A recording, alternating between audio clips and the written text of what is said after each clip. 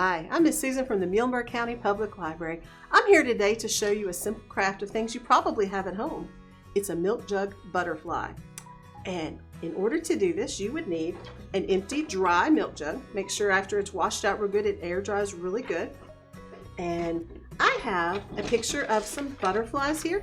You can freehand your own I'm not that talented to do that, so I chose to have a paper. You need Sharpies. If you use washable markers, they will come off, even off the milk plastic jug. So use permanent markers. Be careful they don't come out of your clothes.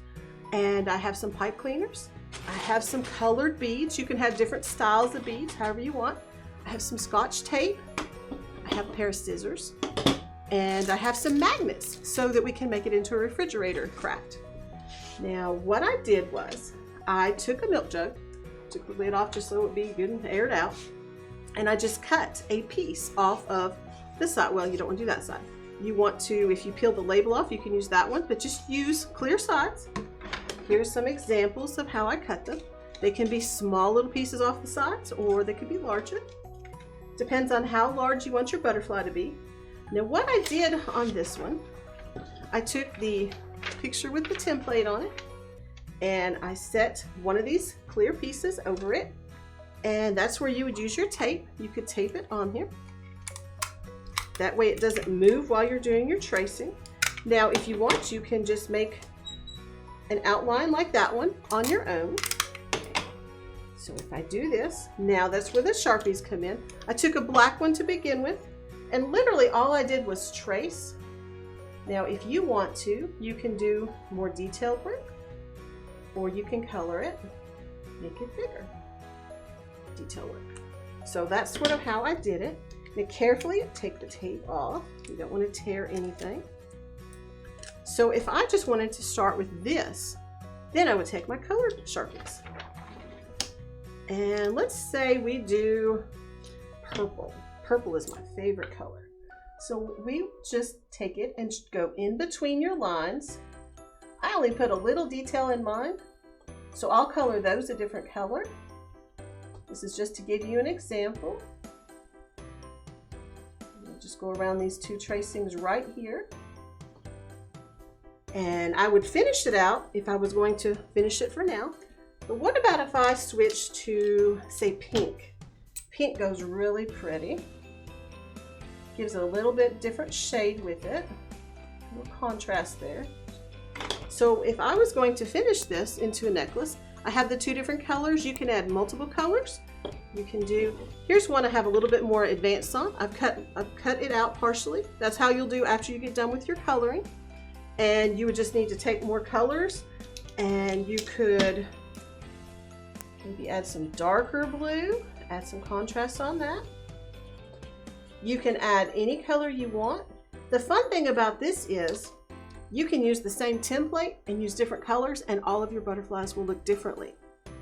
Now, once you have this colored in the way you want it, make sure that I left a little space here. Make sure you have it colored in really pretty. You don't want to have little white spots showing through. After that, then you can finish it like this. And all I did was, once I got this finished coloring, I took a pipe cleaner. This is a half of a pipe cleaner, a half of a full one. And I took it, I wound it up the middle, made a little twist so that it won't slide off. I'll tell you, before you make the twist, if you want to, you can do it just like this without the beads. I'll show you this one with the beads. It just gives it a little bit more definition to it. If you don't have beads, you can just make it with this. If you wanted to add the beads, this is where, before you twist it, you would put the colored beads on it that you want. And just feed it through on the front part of it.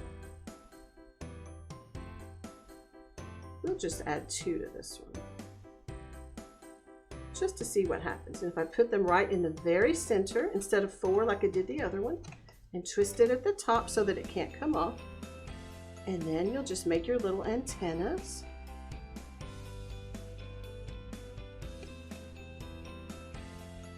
To make it like that, and you would have this other piece cut off, so that would be that. That's just got 2 little beads there.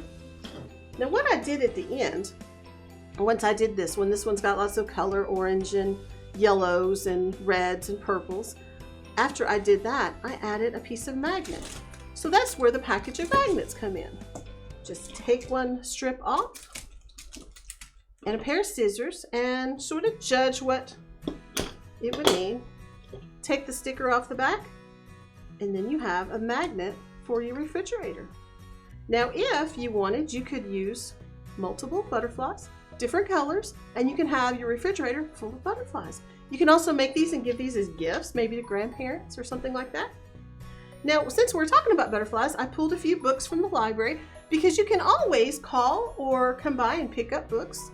So all kinds of books. This is on the life cycle. This one is a cute one. It tells about butterflies and it shows you the different stages and when they become a butterfly. Do you know what a group of butterflies are called?